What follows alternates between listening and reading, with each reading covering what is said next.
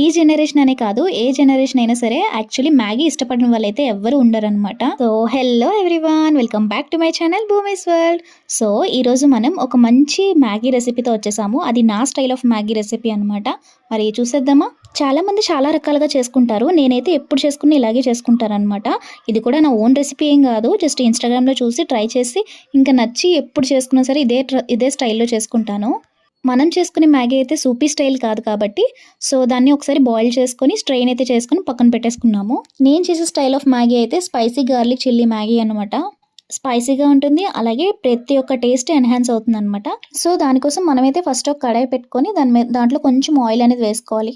దాంట్లో మనం already chop చేసి పెట్టుకున్న గార్లిక్ చిల్లీ అనేది వేసుకొని దాన్ని కొంచెం బ్రౌనిష్ కలర్లో వచ్చేటట్టు మనం ఫ్రై చేసుకోవాలి.